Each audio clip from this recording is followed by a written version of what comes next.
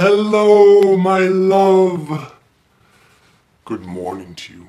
I hope you have something to sip, a drink, a liquid that you are enjoying at the moment.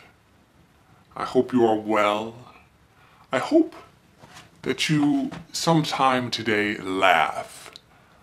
I hope that you laugh out loud, that it is vocal, that you feel it in your body. I hope you are well. I am thinking about you. I am always thinking about you. And, well, then that's that. I was thinking also about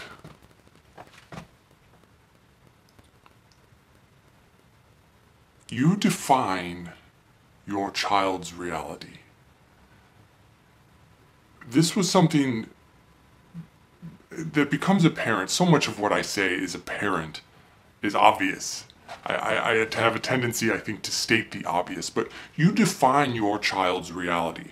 And by this I mean how you react to what your child does from the moment that child is an infant or from when it is born all the way throughout the span of its life, although as it gets older, independence of thought will seep in.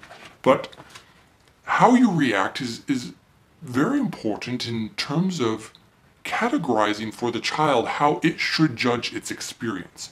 And the most easiest example of this is a child who falls. The child falls and then the parent has a very large reaction, such as, oh my gosh, are you going to be okay?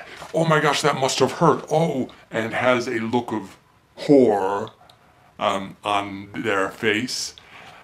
And when the child sees that, what registers in the child's mind is something very bad just happened. Oh my gosh, my parent is scared.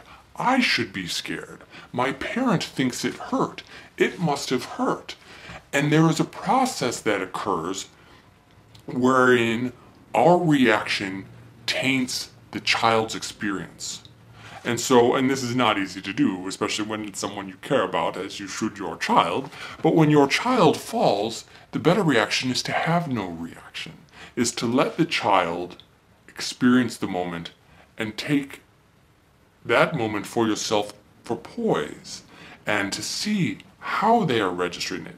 Are they registering it as something horrible? Did something horrible happen at all? Or is it a minor scrape?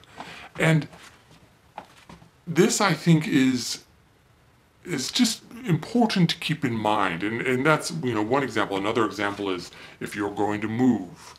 Do you want to fret over the move? Do you want to fret over, oh, will this be hard on the child if the child is going to a new school and entering a new school?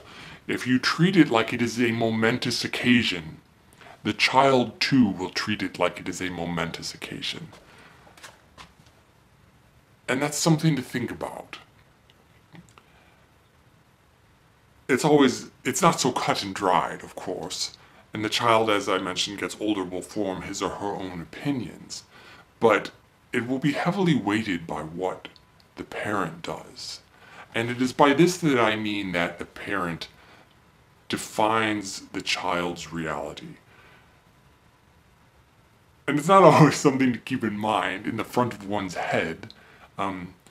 And it also is not always helpful to just mute one's reactions all the time. There's a balance to all of this.